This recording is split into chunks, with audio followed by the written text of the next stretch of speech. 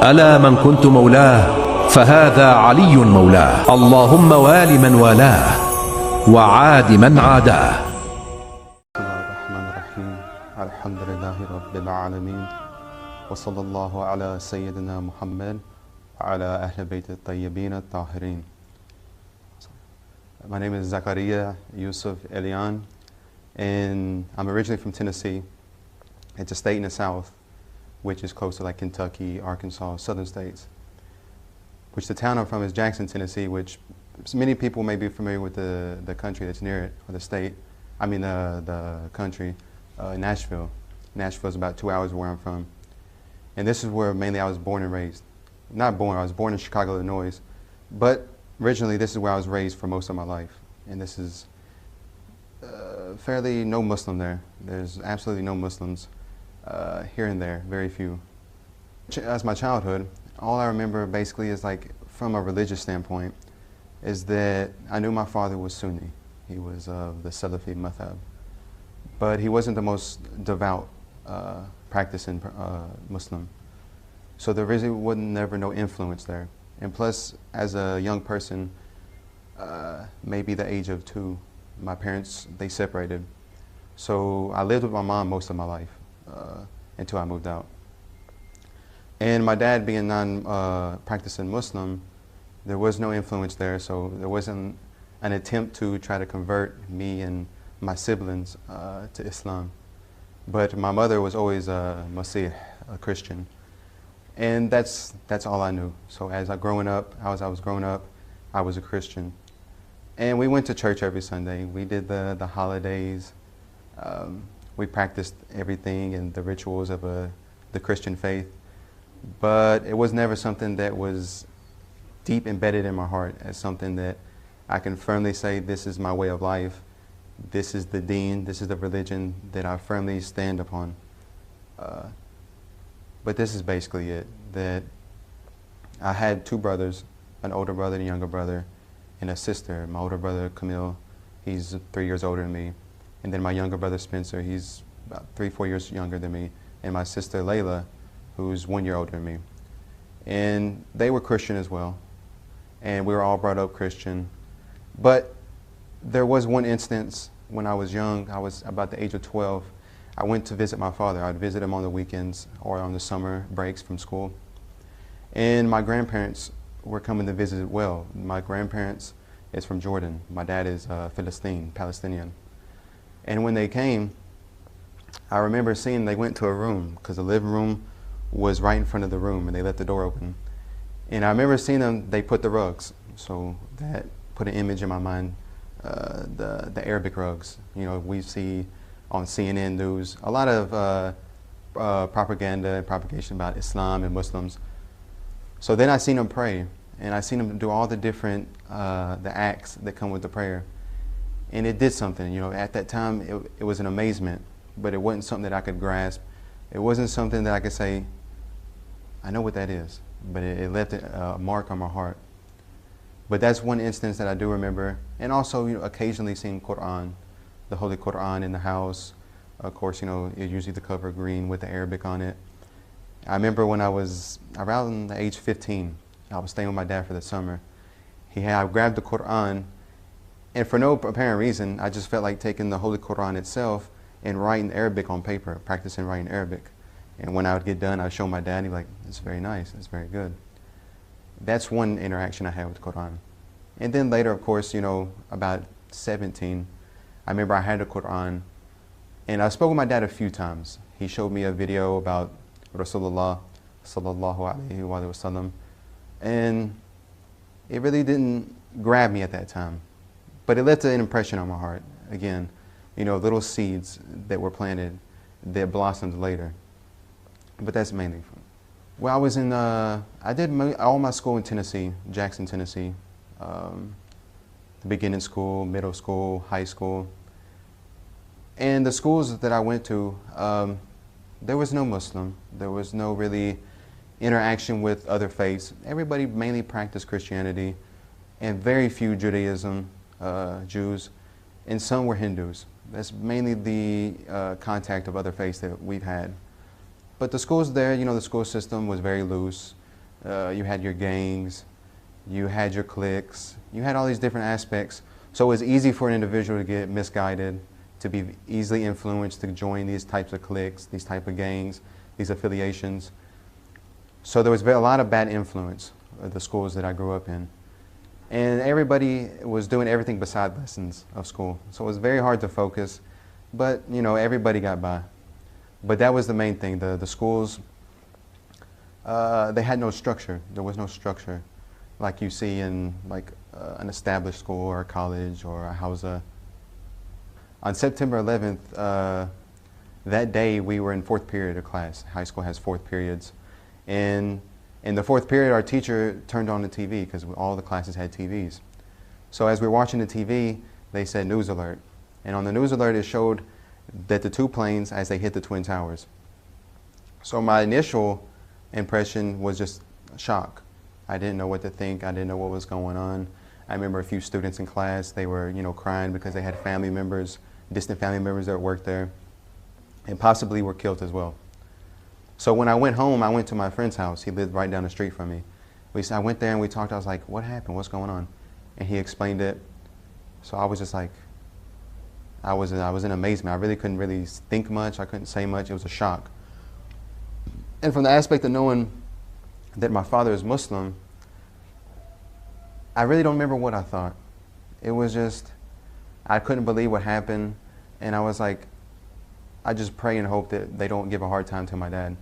Because just the simple fact of, beside being Muslim, if you look Middle Eastern or you look Arab, the people automatically assume you're Muslim because they think of it as an Arab religion, a deen. So I just hoped and prayed that at that time that, you know, my dad would be safe from harm, they wouldn't abuse him or, you know, accuse him of anything, because it was a lot of pressure on Muslims all over the world after this incident happened. But other than that, everything was smooth. Nothing happened to him. Everything for the most part was okay. But other than that, I was in total shock. I wasn't Muslim. I was still Christian at the time. But at the same time, inside deep, I was like, this isn't something that I know that any religion would encourage, to just kill and blow up yourself. So I had an idea that this was an extremist aspect of the deen of Islam, not the actual deen of Islam. You know, I had enough sense to at least evaluate that and be like, this can't be blamed upon all Muslims. You know, this is something that even in all faiths have extremists. Every Christianity, Judaism, Hinduism, Buddhism, they all have their extreme aspects of it. After high school, you know, the situation with my family, the hardships. Soon after I graduated, I started working full-time. You know, help out the family, get things for my own, because I didn't have a father figure. My stepdad, who my mom remarried to, he died of cancer previously 2 years, or about a year before we moved to Jackson, Tennessee. So the family was still unsteady, and after high school, I felt that it was more important at that time to work full-time, get on my feet, get the things I needed, and help out the family as well. But after that, I eventually entered a trade school. I didn't want to go into college and do all the long years and come out and just be like, okay, then what? I wanted to get something that I could get in a year or year and a half and go straight to work, like trade school. So I did trade school for masonry, Freemasonry. And I did that, finished it, completed it. But that's the only school I did after high school, other than working full-time. My sister, she was also working full-time. She hadn't yet entered a school for like hair beautification, like stylist, hairstylist, but she was working full-time as well. She was working, doing things on the side, but not yet entered college as well. My older brother, he took classes in like self-improvement, or like when people get out of prison, or when people are on drugs, or, you know, like, I don't know what you call it, but like special services, like to help the people who are addicted or have addiction, to help them get on their feet, or that sort of process. But my little brother, he was still young. He was still in school by that time. And my older brother, like I said, he was in the school, and I was working full-time before I entered trade school. When I met a friend in Tennessee, like I said, there were very few Muslims, but the few that were there, they stood out. But I remember seeing him, and he had the beard, and he had the, what you call kufi, the kafai. And I knew right away that he was Muslim, of course. But this time I was like, okay, I want to ask you a few questions. You know, I'm very curious, because I've had a lot of curiosity that I wanted to know about Islam. What was it about? Not so much for conversion. My initial motivation and curiosity wasn't to embrace Islam necessarily, but to at least ease my curiosity. So when I asked him, he's like, let's sit down and I'll explain a few points. And he's like, you know, Islam is just the religion of all prophets. The prophets that are mentioned in the Torah, the Bible, the Gospels, are the same prophets mentioned in the Quran as well. And he explained that Prophet Muhammad, peace be upon his family, that he was the final prophet, the last prophet. He was the seal of the prophets that came with the final message.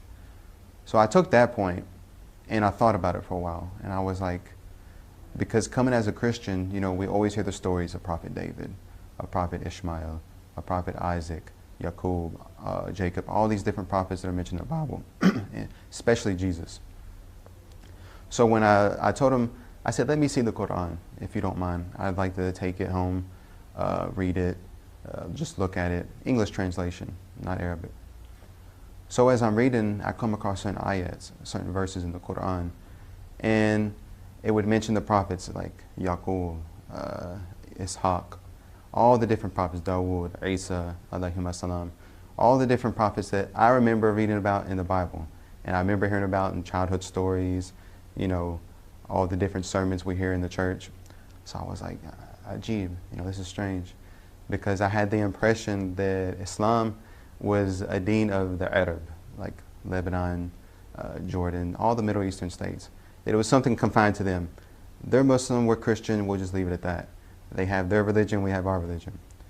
And then Prophet Muhammad, I didn't really think nothing much. I was just like, he was just a prophet who was Arab, and that's all I really knew.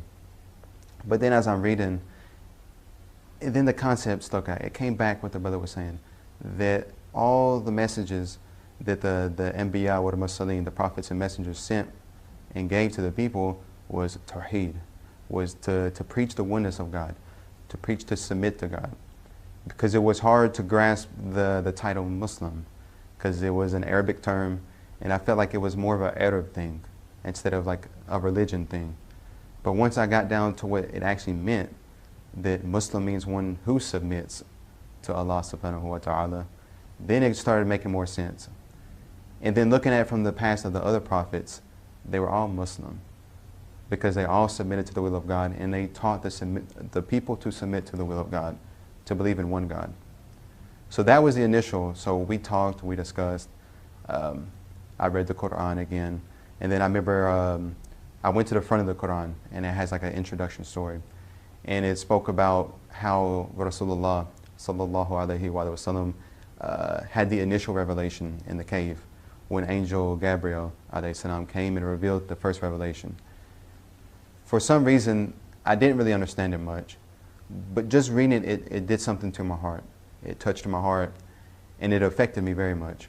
So the next day I went back to the brother and I asked him, I said, what else can you tell me about Islam, like other aspects? And he took me down and basically taught me the usul al-din. Like we have salat, we pray 5 times a day, we fast during Shahr Ramadan. There's a specific month that we fast the whole month. And then he said we pay zakat, etc. You know, all the different usul al-din, or the foundation of the deen that are obligated upon us, such as Hajj as well. So I said, okay. And then he, one by one, you know, he broke down little by little, you know, step by step to help me get a grasp of what the deen of Islam meant. All through life, you know, all through my life, I always wanted that spirituality. I think it's in everybody's nature to want that nearness and closeness to Allah. Want that strict lifestyle, the structure. And I always wanted that. You know, if you like, growing up, we always watched movies. And in some movies, you know, you see sometimes some people, they had that spiritual awakening. And they totally transform from their bad way of life to a good way of life. And they become devout people of God. So that always encouraged me when I seen that. But I never had that push. I never had that strong motivation to really practice this way of life. And plus, as Christian, you know, it didn't give that motivation to me as well. So with that in mind, you know, I went back to the brother, and I talked to him some more, and I said, I'm thinking about converting. I said, because in Islam, it's very beautiful. I said, it's no different than Christianity and Judaism. But better yet, it came after it. It's a succession. You know, the prophets of Moses came to the tribes of Israel. After him, Prophet Jesus. And then after Prophet Jesus, Prophet Muhammad, peace be upon them all. So I understood the succession of the prophets that came one after another. And it started making more sense. And of course, you know, the tawfiq, the inspiration and the success that Allah helped open my eyes and helped me see that. So I sat there and I talked to him, and I said, I want to convert. I took the decision that I was like, I'm going to convert. I was back and forth, should I not? But I was like, I'm just going to do it. I'm going to go for it. You know, of course, you know, there was hesitation because I've been raised all my life Christian, as a Christian. And it's not easy for a convert always to make that big jump. So it's some hesitation. But I embraced mainly because, you know, in Islam I saw structure. I saw a systematic way of beliefs. They were definite, they were explained. In Christianity, we didn't have that. In Christianity, if you look in the Bible, it's hard to see many verses that talk about the akhirah, the hereafter. In the Quran, it speaks explicitly about verses of what will happen in the hereafter, whether it be in heaven or it be in hell. And also like the structured laws that are in Islam.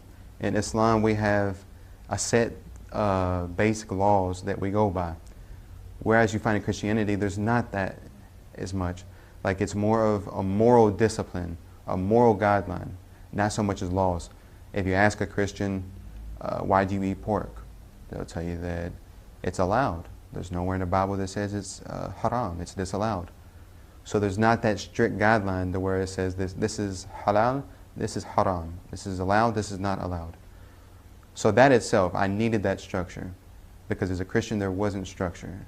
I felt like I'm just going to church on Sundays, I'm taking the title of a Christian, that's it. There wasn't no strong foundation of beliefs, of laws. And then we have also Sunnah, the way Rasulullah did, the acts he did, what he said, and what he silently approved of. So we have every basic act that we can think of, whether it be waking up, going to sleep, showering, brushing one's teeth, dressing. There's a specific act that Rasulullah did that we follow as well. But we don't have too much of that in Christianity. We can't say that, well, you know, Jesus, he dressed this way, he ate this way, he said this before he ate, after he ate, he said this. He gave us a strict guideline on how to eat, what our diet should be. None of this is found in Christianity. So mainly the structure and the strong belief system that was the main thing that motivated me to embrace Islam. Just me and two other brothers. Another brother, he was learned. He had a lot of knowledge in Islam, and he taught the community. And I did my shahada with him, the testification.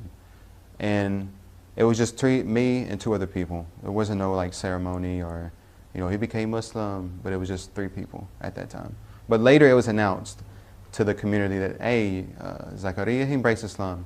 He's Muslim, you know, come to him, talk to him, help him, etc. My name was given to Zakaria, but my mom and dad agreed to give me a name that if they wanted to call me by English, there would be an English equivalent to it as well.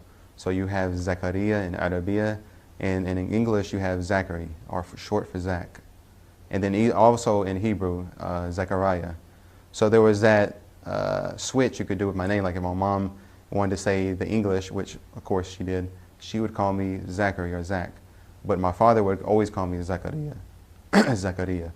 It was after my conversion that living in Jackson, Tennessee, there wasn't barely any Muslims. And the Muslim community that was there were all Sunni. So before that, a few steps back, I remember I seen a friend, also another friend, not so much a friend but an acquaintance, and he was Shia. And after being Sunni for about a month, you know, I got the basic beliefs of what the Sunnis believe, etc. But I really didn't know no difference between Shia and Sunni. So the brother, I basically asked him, what is the difference? What is the core difference between Shia and Sunni.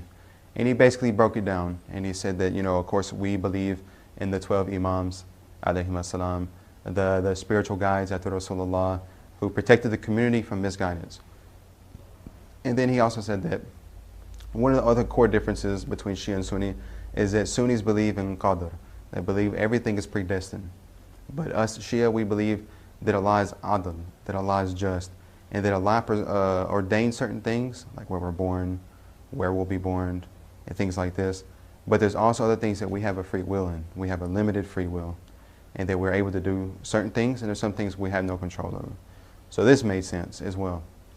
And then he mentioned a concept. He said that the Sunnis believe that all Sahaba of Rasulullah sallallahu alaihi wasallam, they all believed that all the Sahaba, all the companions, were good. They were infallible. Not infallible in the sense they didn't commit sin, but they couldn't be accused of any bad act, or you couldn't degrade any one of them. You had to respect them.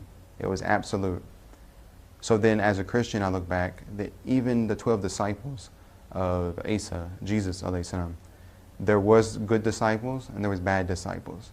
Every community of every prophet, there was always good and there was always bad. There was never a community that every single companion of a prophet was infallible, or not so much infallible, but never committed sin, never committed a mistake, never went back on his faith, or went even against the prophet, because we have this also in Christianity. But with the Sahaba, I could grasp that. So then after that, we continued to talk about the main differences between Sunni and Shia, and then he just broke things down. And then I converted to Shiism after the conversion from Christianity to Sunni. So I took it upon myself to take the books that I had in my access, in my reach, to do research my own, because I had to have the certainty of myself, not just what somebody else told me. So I went through Sahih Bukhari, Sahih Muslim, and I remember seeing one distinct hadith, because it took me back to one of the points that the brother made. He said that one of the aspects of the Shia is that they believe that the Imams, the 12 Imams, were the guides after Rasulullah, instead of and particularly just the companions. The companions had their role, but they were the main guides. So the hadith says that Rasulullah said, يَكُونُ إِثْنَ عَشْرَ أَمِيرًا كُلُّهُمْ مِنْ قُرَيْشٍ. So I looked at it and I read it, I was like, this itself says 12 Imams, 12 Amirs. Different hadiths say Amir or Imams, differences. But for the most part, we understand what it's saying.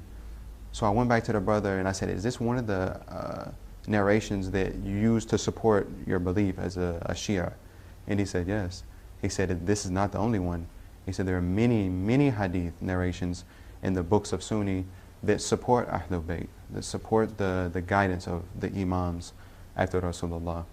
So through that, I took the books and I read more and I looked into it more. And over time, things started coming to the light.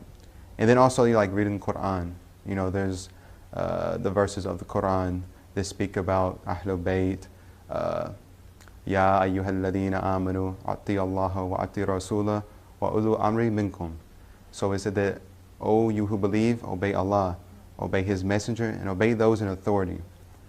So of course, there's two sides of the argument. The Sunnis say, no, the people of authority are the rulers, or the people who are in authority in general.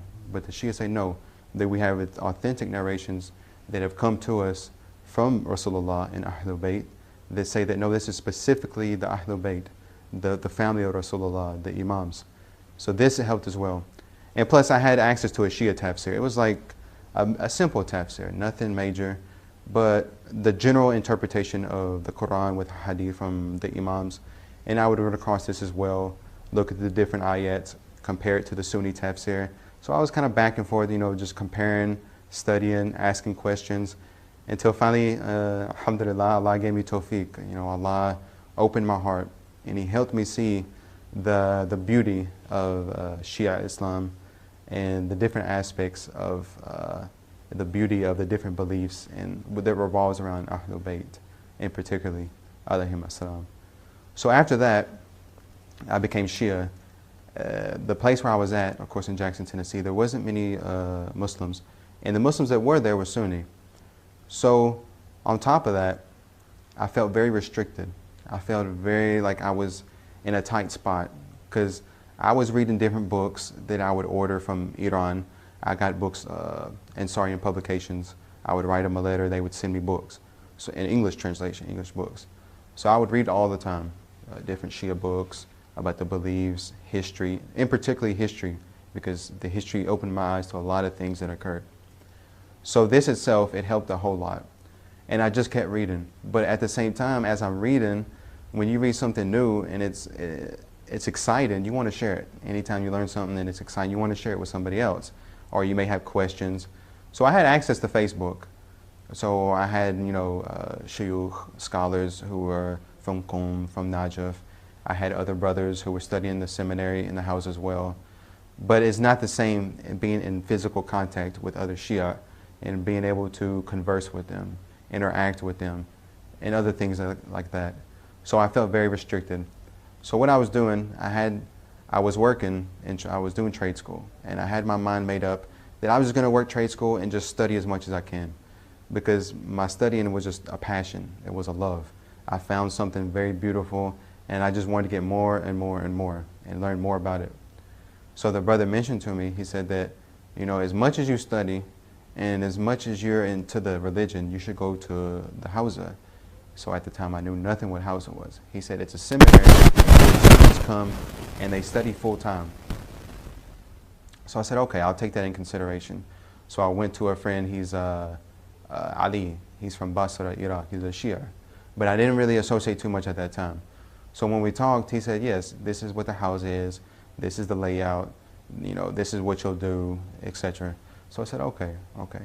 So I went home, I thought about it, and I thought this was a very good idea.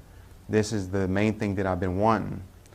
So I went on Facebook, and I talked to a few people, got some advice, like, what do you think?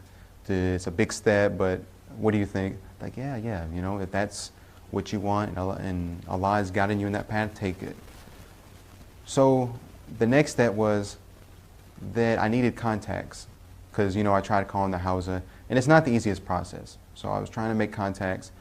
So it just so happened that I went on the internet, I went to different websites, Shia masjids or Shia centers, and I was trying to get as much contacts as I could that I could call them, get questions. Could you help me in the process of getting to Hausa? So they're like, oh, okay. So I came across a scholar in Dearborn, Sheikh Hisham Husseini, and I called him, and I didn't know who he was at the time, but I just called a random center, and it just so happened to be him. And I asked him basically, I need help. I need help with Hausa. I want, a contact that can, put me on the right track, what I need to do, because I have no idea what to do. So he said, fine, that's okay. He said, just come to Dearborn and we'll show you around and this and that. But I had a full-time job. I was working. I was settled. So I was kind of scared. I was afraid to take that big step at first. I was like, how do I drop something for a chance that something might happen? I quit my job. I give up everything. But at the same time, I thought to myself, I said, anything we want, we have to make a sacrifice. We have to drop certain things that we're attached to get something better. We have to take a chance sometimes. So I said, okay. I said, after calling again, I said, okay, I'm going to come. So I dropped everything, I bought my bus ticket, and I moved to Dearborn. So when I got to Dearborn, I met the Sheikh. He got me in contact with other 2 Iraqi brothers that I was staying with him as well. So when I was working in the center, it was during Shahr Ramadan. I was helping out during the month of Ramadan, setting up chairs for the majlis, the lectures at night. And the person who so happened to come speak was Sayyid Bakr Imrani. And I remember sitting to them, talking to him in the library. We were in the library. And I asked him, I said, do you know anything about the Hausa? Can you help me as well? What can you do? So he said, let me make some calls. Let me see what I can do. Initially, we tried to get into Najaf. I was just going to go ahead and go to Najaf first, come to the Hausa and study. But we had second thoughts that, well, maybe it's better that we can find a house in America that you can learn Arabic, you can learn the basic studies, get strong, then go to the Hausa in Najaf or Qom, whichever one you choose. So he called, he made contacts, and he called my teacher, my foreign teacher, Maulana Beg. He has a Hausa in Florida, Sanford, Florida. So he got in contact with Maulana Beg, and he talked to him, and he's like, yes, I had this guy, good brother, he's a convert from Christian to Muslim, he's looking to have a place to study, what can you do? So Maulana Beg, let me talk to him. So when I talked to him on the phone, he was like, if you can come by September 6th, you're in. I was like, wow, is that easy? I was like, I can just come? He's like, yeah. So of course, when I got there, I did the paperwork, but nothing was done. Just like, if you want to come, come. If you're here at this time, you're accepted. We have an open bed for you. So I was very excited. So that was the transition from Dearborn to Florida. So when I moved from Florida to Dearborn, then I moved to Florida to enter the Hausa in Sanford, Florida. My mother, I remember one of the first things she said that if you don't stand for something, you'll fall for anything. So in other words, at the same time, she's like, it's good you have a stand, but make sure you take a stand with this. Don't be wish-washy. Don't be with it one day and the next day, I'm on something else. In other words, encourage me that if you're going to do something, do it all the way and do it wholeheartedly. But there was hesitation. Of course, as a mother, her son embraced a religion that's other than her religion. Every parent wants their sons and daughters to be on the same religion as they are, to give them that reassurance that they're on guidance. So my mother, the initial response wasn't good. There was hesitation, there was hurt. But after a while, she's seen the change that compared to how I was when I was non-Muslim to how I am as a Muslim, she's seen a big change, whether it was from akhlaq, my conduct, whether it was how I treated people, how I treated her, how my attitude in general was with life. Islam gives you a broader outlook on life. Everything has meaning, everything has a purpose, and that we understand that there's a life in the hereafter and we have to work for it. And we have to try to do as many good works as we can and try to please God always and be close to Allah subhanahu wa ta'ala. But with my dad, it was a different story. Of course, my dad being of the Salafi madhab, Salafis have a very intolerable mindset towards anybody other than their beliefs, even amongst other different Sunnis. There's a lot of criticism from the Salafi community or the Wahhabi community. So my dad, of course, I remember I was in Dearborn, and me and a friend were in a coffee shop, and we were sitting having coffee discussing. And I remember he called me and he said, your mother told me something about you becoming Shia. Is this true? And of course I was trying to be, as polite as possible because we had to respect our parents. And I was like, yes, this is true. And he simply says, Shia are kafir. He said, Shia are fil jahannam. He said that Shia will go to hell. Shia will not see paradise. He said that the Shia madhab commit shirk, associating partners with Allah subhanahu wa ta'ala. And I was trying to be as calm as possible, as polite, but I was like, no, Dad, this is not what we believe. We believe in strictly tawheed, the oneness of Allah. And I'm sorry that you had these misconceptions, but these are not true. And we sat there and talked, and I tried to break down as much as possible. But sometimes when you try to talk to a person that ain't trying to hear the other side, you get nowhere in the conversation. So I kind of just shut my mouth, and I was just like, okay, Dad, I had to go for now. Inshallah, we'll keep in touch. So it wasn't a strong response. So since then, the relationship has kind of been distant, but of course, it's my obligation as a Muslim to keep contact, to keep ties. It's haram to break ties with your family. So I always had to keep that. And it was very difficult at times to humble myself because there was one part of me that wanted to say, forget him. Oh, no, billah. But the other part is like, no, I'm a Muslim. I'm different now. I can't have that same attitude, like forget everybody if they're against me or they have differences. I had to change that mentality within me. So I was like, no, you be the better person, keep contact with him, call him, and do what you can. And at least you know that you're pleasing Allah subhanahu wa ta'ala. In Florida, they have a program under Maulana Beg. He has a specific program that's laid out for not just converts, but for anybody that doesn't have the strong basics of Arabiya or Aqaid, just getting a stronger foundation in the core subjects of Hausa. So it's a 2-year program that specializes in teaching Nahu, Sarf, which is Arabic grammar, to help get better at reading Arabic books, because once you come to Najaf or Qum, the books are either in Arabic or in Qum there's Arabic and Farsi. So you have to get that tool itself to open up other doors to get the knowledge. That was when then of course fiqh, usul fiqh, mantiq, and all these other different subjects that we study, like mantiq logic, to study the different aspects of logical thinking that protects one from making a mental mistake, like Arabiya, Sarf and Nahu. It protects one from making the mistake of the tongue. Or when you're reading Arabic, it protects you from making mistakes in your reading as well. So these are the different subjects we studied. And I stayed there 2 years.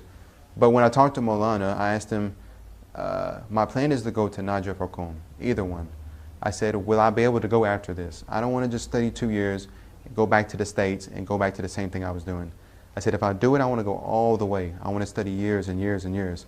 He said, that's the whole plan. He said, when you complete the 2 years, we'll either send you to Najaf or Qom, it's your choice. So I said, okay, bet, I'm coming. That's the initial plan. So after the 2 years, I graduated from the seminary.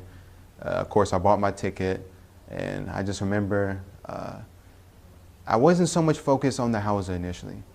The main thing I was longing for was ziyarah to Imam Ali, Amir al-Mu'mineen alayhi salam. That was the main thing that I was focused on. Hawza was secondary. That took the second spot for the time being, because of course the Shia, and we love Ahlul Bayt, and we want to visit their shrines. There's a hadith narrated by Rasulullah. He said, Inna la kulli shay'in asasun, asasu Islam, hubbina Ahlul Bayt. He said that for everything there's a foundation. And the foundation of Islam is love for Ahlul Bayt, love for the family of Rasulullah. So then I got my ticket, and there's a saying in Najaf.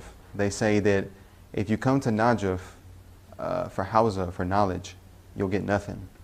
But they say if you come for Amir al-Mu'mineen alayhi salam, then you'll have everything. So when I got here, I was like, well, that's the mindset I had. So inshallah, everything will fall into place.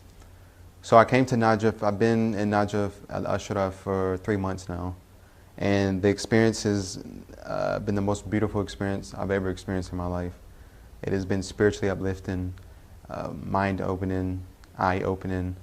And it really helped me see a different part of the world, because this is, of course, the first time I've ever been to the Middle East. So that was an excitement as well, to see the different lifestyle, the different culture, all these different aspects. And then, of course, the Hawza itself is a beautiful aspect of Najaf al-Ashraf as well. That is the Hawza in Imam Ali, or the foundation of the Hawza in Najaf al-Ashraf. As a Shia, of course, the love of the A'imma, the Imams, is a very strong love as a Shia. There's a hadith where Rasulullah said, what is Islam except love? So Islam is based, love is based in Islam. This is the foundation of Islam. And one of the aspects of coming to Shiism was one Imam that I connected with always the most, that helped me with the transition to Islam, with the permission of Allah, was Amir al-Mu'mineen, Imam Ali alayhi salam.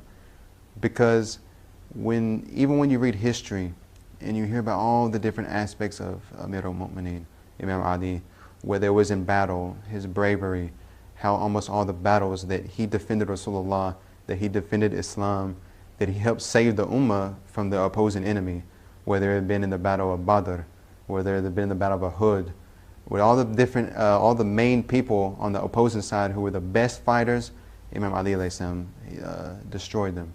He wiped them out. That Rasulullah said that La fata illa Ali, la sayfun illa dhu fakar. In the battle of Uhud, when Amir al-Mu'mineen alayhi salam was fighting and he was defending Rasulullah, that he was fighting so hard that his sword broke. So Angel Jibreel alayhi salam came down and he gave him dhu fakar, a sword from the heavens. So this is one aspect. But also as well, that this was the main dispute between Shia and Sunni, Imam Ali alayhi salam. This is the dividing line. That Imam Ali was the one that they say, no, he was just a Sahaba, just a normal, ordinary person. No, the Shia say, no, he was a divine Imam who was divinely sent by Allah subhanahu wa ta'ala. So reading the different hadith about Imam Ali, Rasulullah said in one hadith, Zayyinu mujalisakum bi dhikra Ali. They said they beautify the gatherings with the remembrance of Ali. Or when Rasulullah would go into a gathering, he said that whenever there was other people, but Imam Ali was present, all my attention would be on Imam Ali, despite other people. Normally, he said that I would give attention to everyone. I would make eye contact with everybody, to give him that respect. But when Imam Ali was present in the gathering, his attention was just on Imam Ali. So this aspect, it opened my eyes, and ever since then there was always that intense and close connection with Amir al-Mu'mineen, because reading about him, you know, it just impresses you, the different characteristics, his character, his worship, everything about Amir al-Mu'mineen. It impressed an individual to say that this had to be somebody sent by Allah. This can't be no ordinary individual who's just a normal companion, but it had to have been somebody who was sent by Allah subhanahu wa ta'ala. My aim, of course, is to complete at least 10 years in Hawza. I want to be able to get very strong, be very learned, so that when I do go back to whatever community Allah wills for me to go, because of course we plan, but Allah plans also. So, you know, we can have a plan, but Allah may want us somewhere else.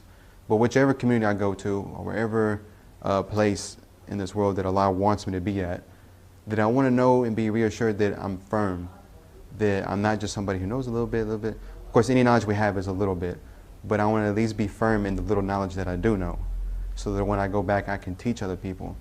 And the main thing is that I just hope to be an inspiration for people, that they can see that somebody can come from a rough background, came from as a Christian, he became Muslim, came from Sunni, that came to Shia, that other people can do that as well. Whether you're a Jew, Christian, Hindu, Buddhist, that we have to keep an open mind. We have to research, we have to look at for ourselves, and not just accept everything that our community or our family give us, but we have to look into it ourselves. We have to get that yaqeen, that certainty in our own heart. And I just hope that this is going to be inspiration for other people as well, to help bring them to Islam, to help bring them to the love of Ahlul Bayt, alayhim as-salam. You know, the one aspect of Islam is not so much what we say all the time, but it's our akhlaq, our actions, that Rasulullah, he helped many people come to Islam by his good conduct, by the way he dealt with people, by the way his relationships were, even with his enemies. A quick story to give an idea of this is that when he would walk past a woman's house, she would always abuse him and throw trash on him. So one day when he walked by, there was no trash. The woman was absent. So he was like, where's she at? I must check on her. So he inquired about her, and the person said, she's sick. She's on the bed, and she's close to death. So he said, I have to go visit her. So he went and visited her. When he visited this old woman, she was so shocked, and she just started crying. So we look at that the way he even treated those who treated him bad, the enemies. So this is, you know, I hope, inshallah, that, you know, not just through my words, or not what I will say, but people can get inspiration also through the actions. You know, and a lot of times converts who convert to Islam are people who are on the verge of converting to Islam. There's that hesitation of what will my family think, what will my peers think, what will my community think. You really have to put that to the side and do what you know is right. Anything in life that we do, it takes sacrifice. Nothing comes easy. Nothing comes with comfort. Everything comes with hardship when it's worth the sacrifice. When it's something you're working hard for, it's never going to come easy. The same thing, you have a teacher and you have a student. If the teacher sees potential in the student, he's going to test him. He's going to try him hard. He's going to put him to that hardship. It's not easy. The same thing as a convert or somebody who's on the verge of converting to Islam. That they have to just be strong-minded and just focus and know that if I know this is the truth, I have an obligation. This is the truth, I have to embrace it, regardless of what people think. The thing that matters is what Allah thinks, what our Creator thinks. That's the main thing that's going to count. So I hope that, inshallah, that people can be inspired and inshallah, at least take the step to research. If anything, to give that motivation to research about Islam, to see what Islam is. If anything, at the end of the day, it can be that they have more of an understanding of Islam now. They've rid away all the misconceptions of Islam. They dispelled the misconceptions that they've been taught. So, inshallah, I hope to achieve this as well, inshallah. Only by tawfiq of Allah subhanahu wa ta'ala.